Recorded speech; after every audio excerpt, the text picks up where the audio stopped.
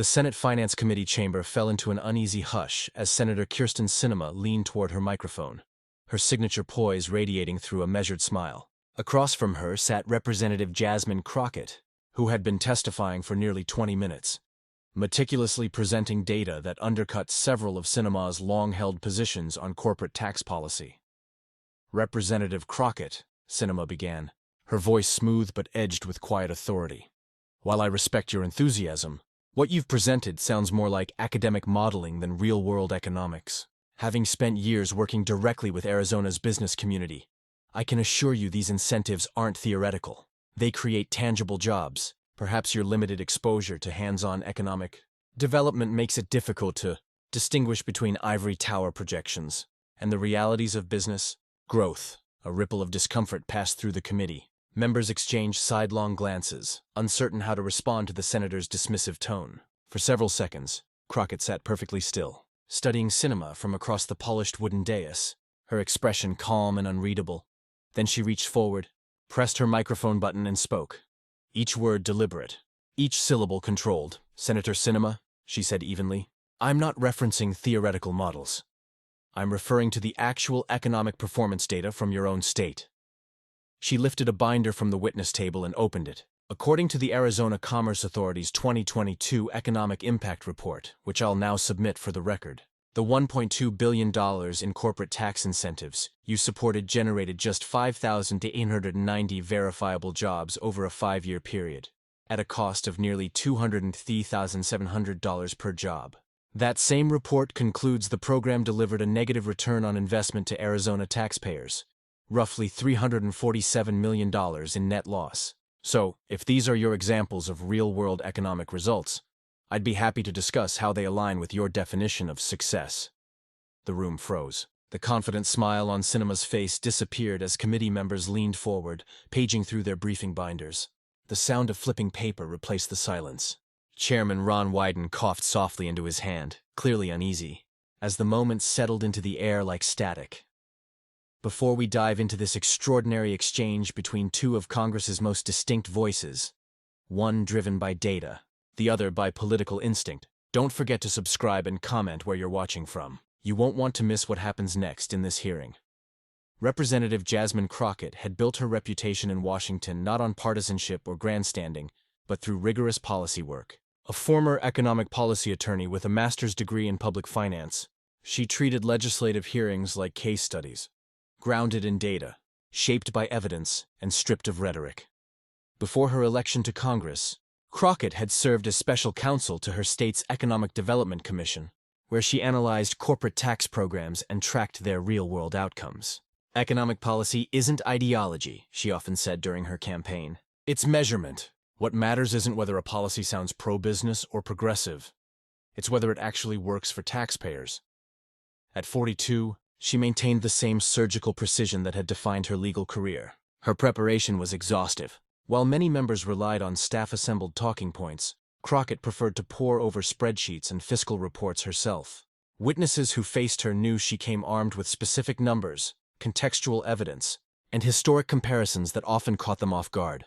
By contrast, Senator Kyrsten Sinema had followed a very different path through the corridors of power. Once a Green Party activist, later a progressive Democrat, she had evolved into a centrist independent, a transformation that had both inspired and alienated allies along the way. Her pivot toward pro-business pragmatism earned her praise as an independent thinker and criticism as an opportunist.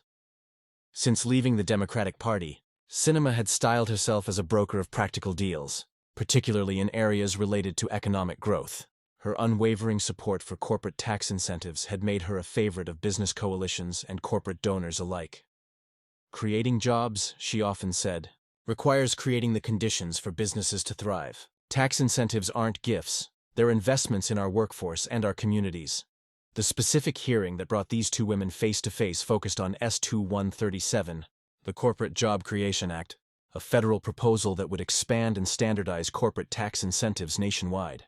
The bill would use federal matching funds to amplify existing state-level programs, including those that mirrored Sinema's Arizona initiatives. Crockett had been invited to testify as an expert witness due to her extensive background in economic development auditing. Her role, to evaluate whether these programs genuinely delivered the job creation benefits their proponents promised. No one in the chamber expected the clash that followed. At exactly 10 a.m., Chairman Wyden called the hearing to order. This committee will now examine S-2137, the Corporate Job Creation Act. We welcome Representative Jasmine Crockett, whose work evaluating economic development programs is well recognized. Representative, you have 15 minutes for your opening statement. Crockett stood, adjusted her notes, and began with calm precision. Thank you, Chairman Wyden. Members of the committee. My testimony today focuses on empirical results rather than ideological claims. Over the past decade, 12 states have collectively invested $14.7 billion in corporate tax incentive programs. My team analyzed their economic outcomes using publicly available data. She tapped a button, and a digital presentation appeared on the committee's display screens. Charts, graphs, and cost-per-job metrics across multiple states. The findings are remarkably consistent, she continued. Across all 12 programs, regardless of political leadership or geography, job creation results fell 60 to 75% below projections. The average cost per job exceeded $190,000, and after accounting for opportunity costs, what these same funds could have achieved in infrastructure, education, or small business support, every program analyzed produced a negative return on taxpayer investment. The data-heavy testimony was clinical yet compelling, her tone clear, but never condescending. This discussion isn't about whether government should support economic growth, she explained. It's about which strategies actually deliver measurable, cost-effective outcomes for taxpayers. She anticipated counter-arguments too. Proponents often cite multiplier effects, indirect job creation or secondary growth, Crockett noted. However, the data shows those effects consistently fall 40 to 65% below projections, largely because incentivized corporations import specialized labor rather than hiring locally, and rely on existing suppliers rather than building new local supply chains, she concluded, her opening with evidence-based recommendations. If the committee's goal is to maximize job creation, the evidence suggests greater returns through targeted infrastructure investments, workforce training, and research grants, each delivering 3 to 5 times the impact of corporate tax incentives. As questioning began, several senators engaged respectfully, probing her data and methodology. The tone was professional, even academic, until Senator Sinema's turn came. Representative Crockett, Sinema began, voice smooth as glass. You've presented an interesting academic framework, but as someone who's worked directly with Arizona's business community, I can tell you, these incentives have been transformative. Can you share any direct experience working with businesses, rather than merely analyzing reports? The implication hung in the air. Crockett didn't flinch. Thank you, Senator, she replied evenly. Before serving in Congress, I was counsel to my state's Economic Development Commission. I personally evaluated 74 corporate incentive applications and monitored compliance for 118 active agreements. That involved site visits, payroll audits, and direct engagement with corporate executives, verifying employment projections and actual job outcomes. The response landed firmly. A brief flicker crossed Sinema's face. Surprise, perhaps, before she recovered. That's helpful context, the senator conceded. However, experiences vary. In Arizona, these programs have been tremendously successful, particularly in attracting tech sector growth. Crockett inclined her head slightly. I've reviewed Arizona's data specifically, she said. According to the 2021 Arizona Commerce Authority Accountability Report, the Arizona Competes Fund awarded $38.7 million to 24 companies that pledged to create 5,500 jobs. The verified number? 3,200. That's 58% of the projection. A ripple of murmurs spread through the room as Crockett calmly turned another page in her binder, the faint sound of paper crisp against the microphone, preparing for the next exchange.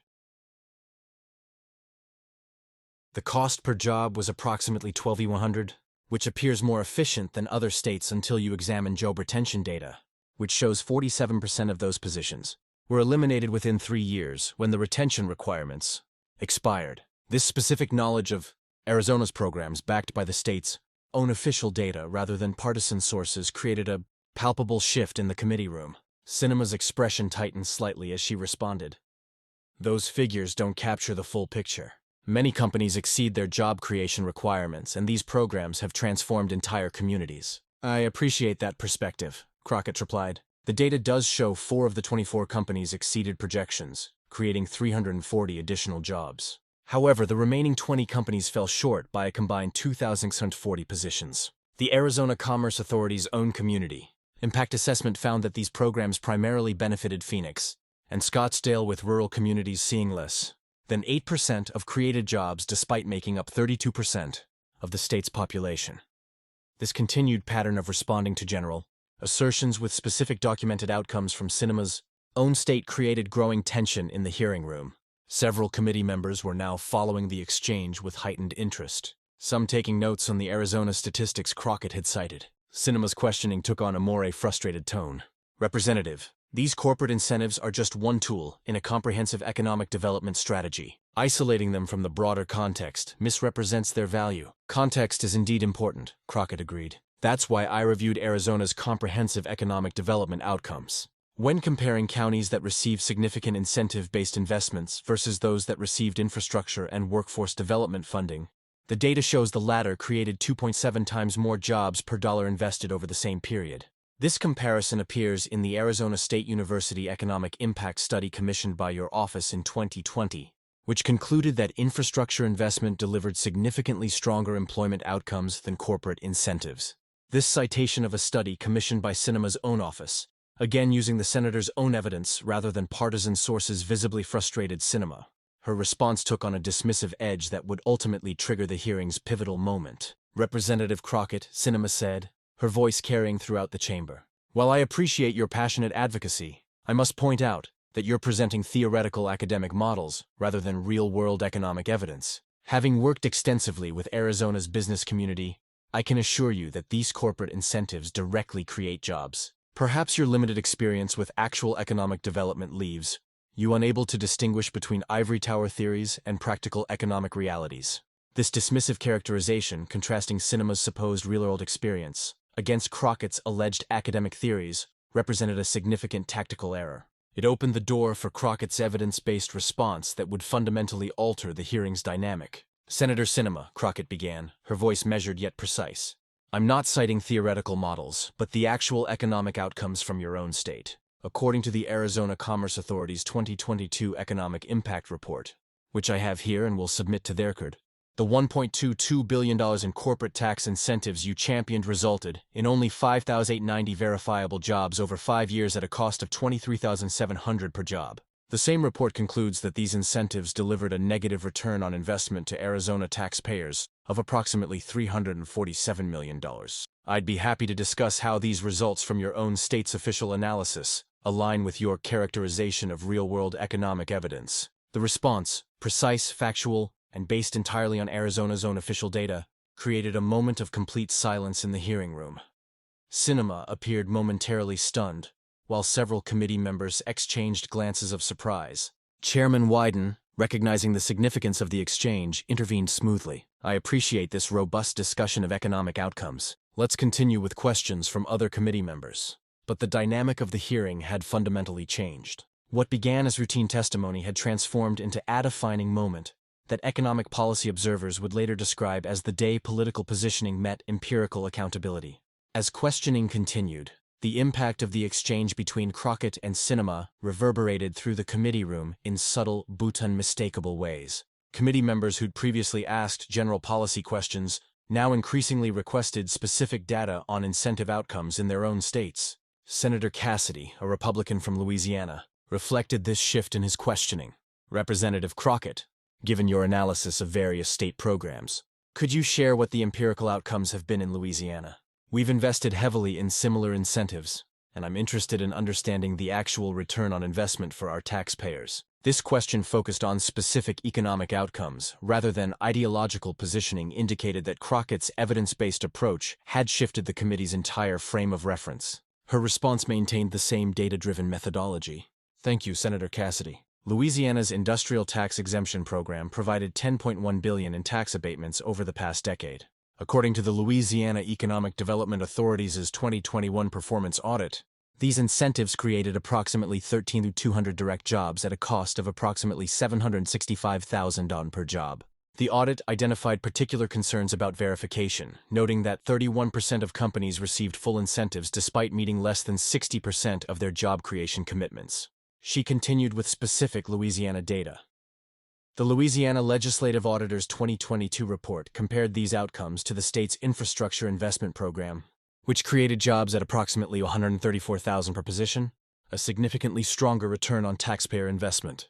The report specifically recommended redirecting a portion of incentive funding toward infrastructure to maximize economic impact. This specific knowledge of Louisiana's programs, again based on the state's own official evaluations rather than partisan sources, visibly impressed Senator Cassidy, who responded, "That's concerning data that deserves serious consideration as we evaluate this legislation. I'd appreciate receiving the full Louisiana analysis for review."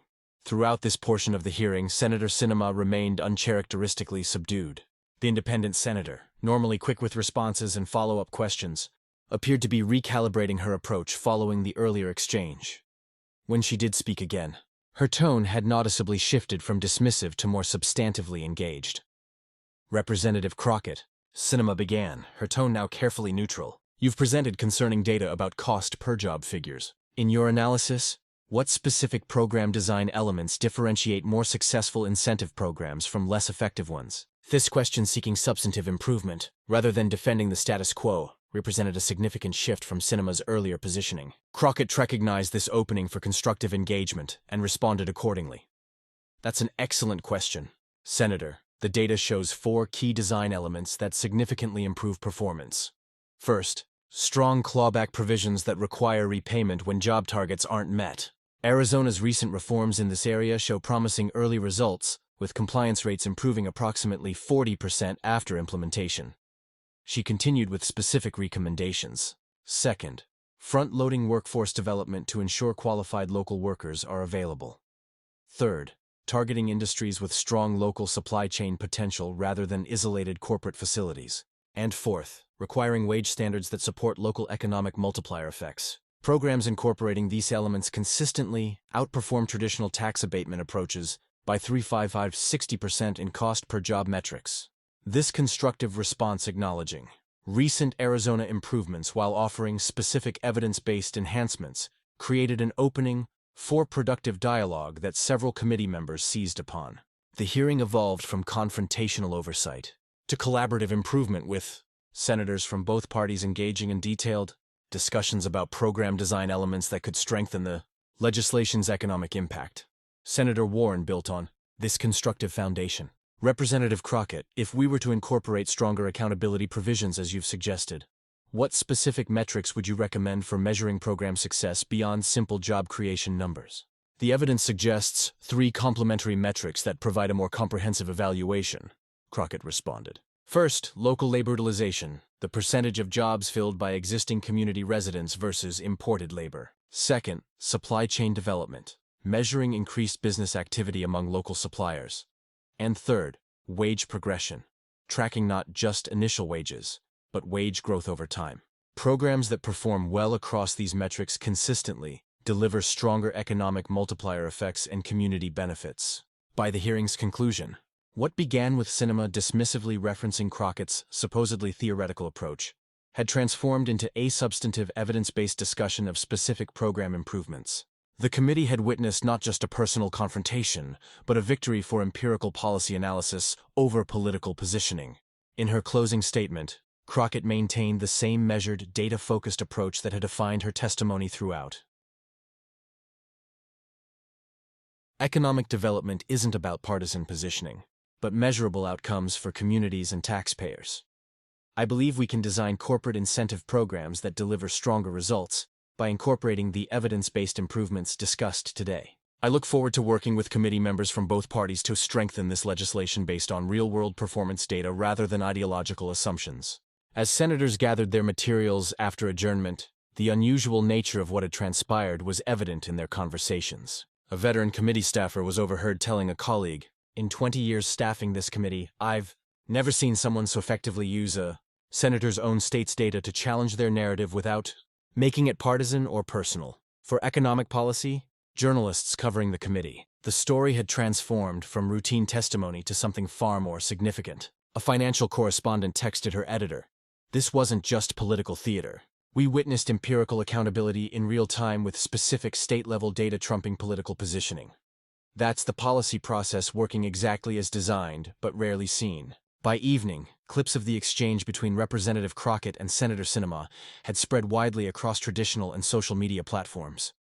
What caught viewers' attention, however, wasn't merely the personal confrontation, but the substantive contrast between political positioning and documented economic outcomes. The Wall Street Journal's economic policy correspondent captured this distinction in an analysis titled, "When Data Meets Narrative: The Crockett-Sinema Economic Development Exchange." The article noted that beyond the personal drama, yesterday's Finance Committee hearing demonstrated the power of empirical evidence in policy evaluation. Crockett's methodical use of Arizona's own economic data transformed what could have been dismissed as partisan criticism into a substantive examination of economic development outcomes.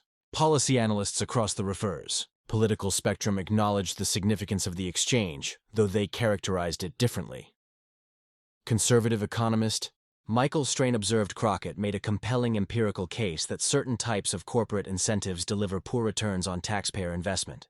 This isn't a left-right question, but an effectiveness question. Fiscal conservatives should pay attention to these accountability metrics regardless of their general position on taxation.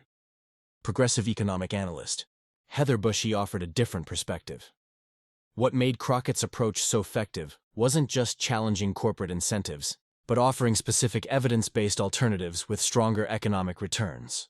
This moves beyond ideological debates to practical policy design that could actually deliver better economic outcomes. For Sinema, the aftermath required careful navigation. Her initial response, a statement emphasizing her continued commitment to evidence-based economic development, was widely seen as attempting to recalibrate her position in light of the hearing's revelations. This approach gained modest traction as Sinema's office began emphasizing her support for recent Arizona reforms that incorporated some of the accountability measures Crockett had recommended. 3 days after the hearing, Sinema demonstrated political agility by taking a more substantive approach. In an op-ed in the Arizona Republic, she wrote, "Representative Crockett raised important questions about economic development accountability that deserve serious consideration. While corporate incentives remain a valuable tool, recent performance data suggests we must strengthen verification requirements and incorporate additional metrics beyond simple job creation numbers. That's why I'm introducing amendments to enhance the accountability provisions in the Corporate Job Creation Act." This substantive engagement, acknowledging legitimate empirical concerns, while maintaining support for reformed incentive programs, represented a significant evolution from Sinema's dismissive posture during the hearing. Economic policy observers noted this shift, with one commenting, "Sinema has effectively transformed what could have been an embarrassing moment into an opportunity to position herself as a champion of accountability and reform." For Crockett, the aftermath brought increased attention to her evidence-based approach to economic policy. Profile pieces highlighted her background in economic development evaluation and her commitment to empirical analysis over ideological positioning. The Washington Post published an analysis titled, "The Data-Driven Representative Crockett's Empirical Approach to Economic Policy," noting that her focus on measurable outcomes rather than political narrative represented an increasingly rare approach in contemporary policy debates. In an interview on CNN's State of the Union, Crockett maintained her focus on policy substance rather than personal vindication. When asked about the confrontation with Sinema, she directed, "What matters isn't political positioning, but designing programs that deliver meaningful economic results for communities and taxpayers." Senator Sinema's proposed accountability amendments represent important progress toward that goal. "I'm focused on policy improvement rather than political differences." This response, prioritizing substantive outcomes over political advantage, reinforced Crockett's reputation as a policy-focused legislator, more interested in program effectiveness than partisan positioning. The substantive impact extended beyond personal reputations.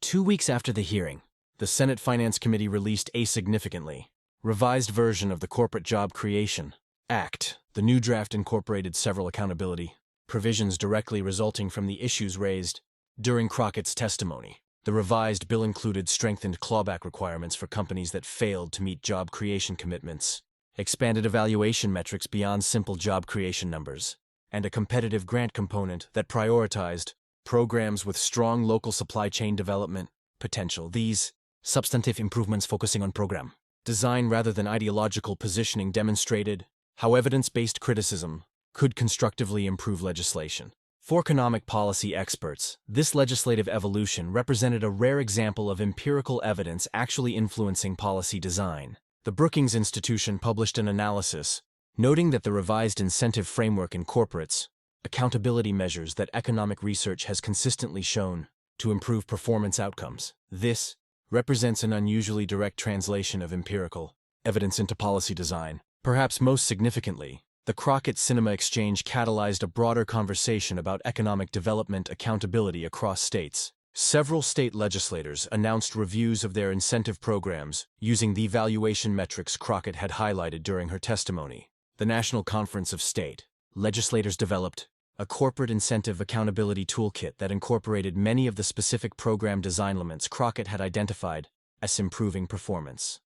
Months after the confrontation, its impact continued to resonate through economic development policy. When Arizona released its next economic development strategy, it prominently featured enhanced accountability provisions, expanded evaluation metrics, and targeted infrastructure investment, all elements Crockett had advocated during her testimony. While not directly acknowledging the connection, the document represented a significant shift toward the evidence-based approach Crockett had championed. For those studying political communication, the Crockett-Sinema exchange became a case study in the power of specific documented evidence over general political positioning.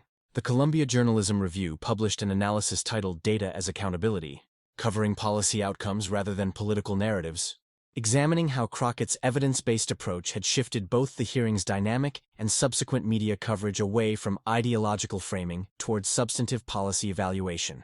3 years later, when economic analysis revealed that states implementing the enhanced accountability measures showed significantly stronger performance than those maintaining traditional incentive structures, both Crockett and Sinema could claim vindication for their eventual collaboration on program design improvements. Their joint appearance at ATAN Economic Policy Conference, Crockett highlighting the improved accountability metrics and Sinema emphasizing the continued importance of business development, demonstrated how their initial confrontation had convolved into a productive policy partnership focused on measurable outcomes rather than political positioning. The lasting legacy of the confrontation wasn't personal victory or defeat, but a model of how evidence-based policy evaluation could improve economic outcomes. In an era often dominated by political narrative and ideological positioning, the Crockett-Sinema exchange offered a glimpse of substantive policy development focused on measurable community benefits rather than political advantage. As a senior economic policy advisor observed 3 years later, what began with dismissing data as theoretical ended with measurably improved economic development outcomes in communities across the country. That's not just a political story. It's about actual jobs, actual wages, and actual community benefits, when policy is driven by evidence rather than narrative. If you found this analysis valuable, don't forget to like this video and subscribe to our channel for more in-depth coverage of today's most important economic policy developments. Leave a comment below sharing your thoughts on how empirical evidence should inform our economic development strategies.